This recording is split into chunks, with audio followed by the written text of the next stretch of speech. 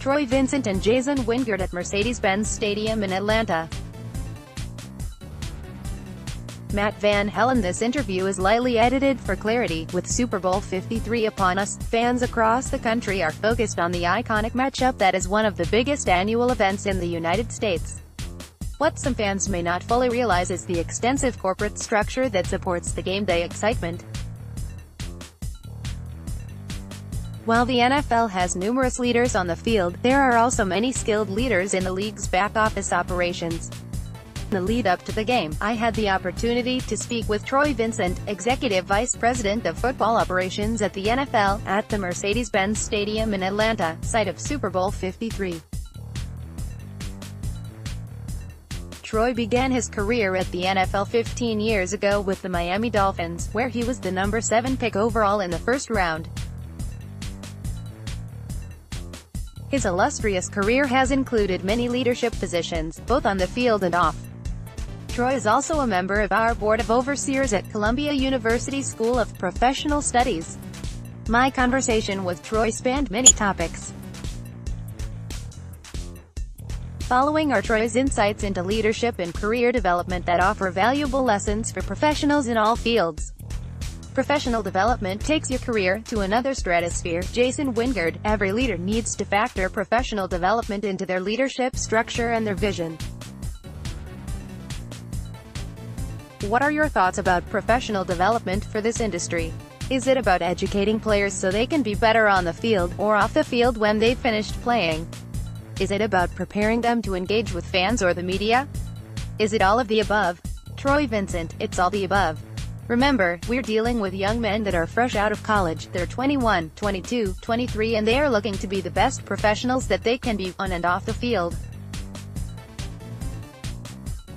The professional development is a requirement, but it's also a choice. Because a player can just show up and play the game and work on his craft every day. Oftentimes, we work on things that people can see: catching, throwing, tackling. It's the other skills that really take us to the next level: speaking, communication, writing. Those are the professional development tools that you need to take the athleticism that you have, marry that with your professional skills, and you could go to another stratosphere. Wingard: I've known you for a long time and I was privileged to be able to watch your transition from the field to the front office. You did it the right way, in my opinion, because you benefited from professional development. You asked questions, learned to listen, asked advice, and planned your path accordingly. What was your transition like from being a player to being a leader of the league? Vincent: Jason, I'm still transitioning, and I try to share with my colleagues that transition takes a lifetime. There's not one way to transition. You learn for life, and I'm a lifetime learner. As leaders, a necessary quality is listening. I've always prided myself on being a great listener. I don't have all of the answers. I also value being intentional about what I want to be, how I want to be represented, and who I'm representing. It goes back to making an intentional choice on where I am going to spend my time from a professional development standpoint. Am I willing to go back to school? Am I going to take some time during the off-season and enter into career development programs? Or take on leadership roles? Do things out of the ordinary rather than only the things that are a requirement to stay on the field. Embrace millennials or become extinct as a leader. Wingard: let's go back to when you first started in your career. In 1992, you were a young player. Fast forward to now, today's young players who are millennials have a different perspective and may have a different focus. How do you reconcile the differences between what you and your peers were thinking about in 1992 with what the young players of today are focused on and using as the basis for how they approach their craft? Vincent: it's a different world from when I was growing up in the mid-80s to what we see today. And we look at the millennials, they are the most distracted generation in our time. When I was coming out of college, you had the cell phone that was part of your middle console. There was no such thing as carrying a cell phone around, and we were just beginning the beeper age. Now everything's in front of them on the phone. They're so technologically savvy. We as leaders have to embrace that. It's here, it's not going anywhere, and it's changing on a daily basis. As I was told, either you will embrace it or you will become extinct as a leader, because the millennials will move on without you. Even in the hiring process, they want flexibility. They're not looking to be at a desk 6 or 7 days a week. They want flexibility. They want to be able to go out in the yard and still do their work with their computer. Wingard, let's stay on that for a second, because I do a lot of executive coaching with CEOs. The number one question they ask me is, how do I manage these millennials? I just can't connect with them. Whether you're a baby boomer or Generation X, these different generations are not able to connect with millennials. What advice would you give to my next CEO client about managing millennials? Vincent, you have to meet them where they are. That means being flexible. Our success came one way, and we did it one way. That doesn't mean it's the only way. And we have to meet that young male or female exactly where they are. The boss must be flexible or we won't be running the company anymore. You'll be looking for a new manager. And that applies in every industry, because the kids are all the same. Strategic planning, managing tradition versus innovation. Wingard, you are managing football operations for the NFL. Strategic planning is a big part of that.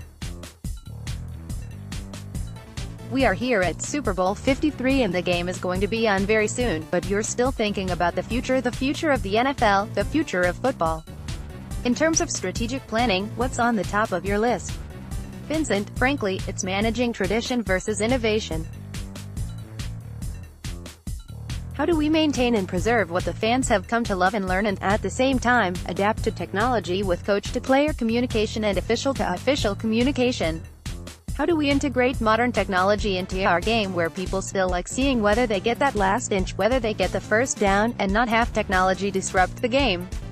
Always important is thinking about minimizing risk. Here in Atlanta, we're thinking about minimizing risk. First is fan safety, making sure that the facility is ready for what is about to happen.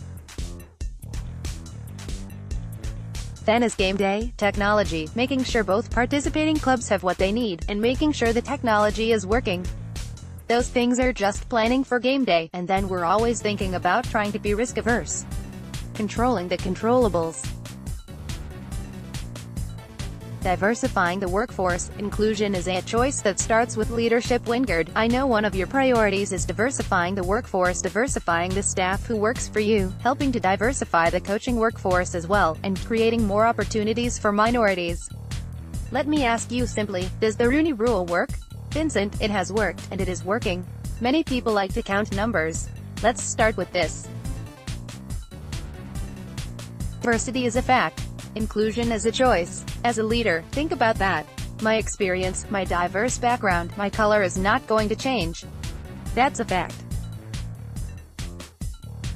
But including me in is a choice, and that's how we've been looking at it. We talk about the Rooney and its inception in 2002, and where we are today, and the opportunity that it has presented. Remember, the purpose of the Rooney is to present an equal playing field, a platform for access and equal opportunity. The NFL doesn't do the hiring, the clubs do the hiring, and under the leadership of Commissioner Goodell, we've been focusing on how do we identify, how do we develop, and how do we create a pipeline on both sides of the ball. We also have to be careful that this should not just be about men of color. If we talk about inclusion, we talk about how do we build and maintain it across the whole football community, including gender, on-field, finance, and legal. We have to look at all of those disciplines inside the sport. Again, diversity is a fact. Inclusion is a choice, and it starts with leadership. Wingard, Troy, thank you very much for speaking with me here in Atlanta at the site of Super Bowl 53. Vincent, thanks for having me. I appreciate it.